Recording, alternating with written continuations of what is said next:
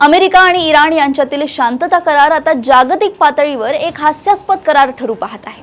दोन्ही देशांनी प्राथमिक मुद्द्यांवर सहमती दर्शवत अधिक व्यापक करारासाठी 60 दिवसांचा युद्धबंदी करार केला खरा, परंतु या कराराचे धिंडवडे काढण्याचे काम दोन्ही देशांकडून केले जात आहे। मुळात कोणत्याही कराराच्या यशस्वीतेसाठी विश्वासार्हता अतिशय महत्त्वाची आहे।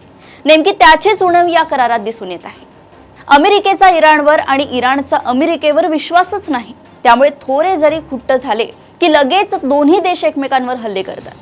होर्मुझच्या आखातात एक तेलवाहक जहाजावर इराणी ड्रोनने हल्ला केल्याचे निमित्त समोर करून अमेरिकेने इराणच्या 10 ठिकाणांवर मोठे हवाई हल्ले केले। त्याला प्रत्युत्तर म्हणून इराणने अमेरिकन लष्करी तळ असलेल्या कुवेत आणि बहारीनवर क्षेपणास्त्र टाकले। या वादाच्या मुळाशी होर्मुझमधील जहाज वाहतूक आहे।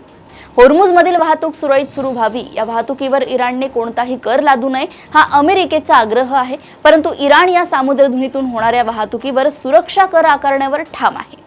अमेरिका आणि इराणमध्ये जो काही शांतता करार झाला त्या मुद्द्यावर सहमती झाली की नाही हे स्पष्ट नाही। या शांतता करारातील दुसरा मोठा अडथळा इस्रायलचा आहे।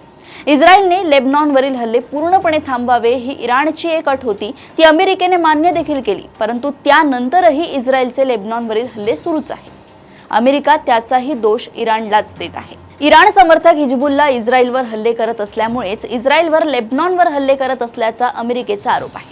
या सगळ्या गोंधळात शांतता कराराची पार वाट लागण्याची भीती व्यक्त केली जात आहे। अशाच घडामोडी व अपडेट सोबत पुन्हा भेटूया देशोन्नती संपादकीयमध्ये। बघत रहा देशोन्नती। नमस्कार।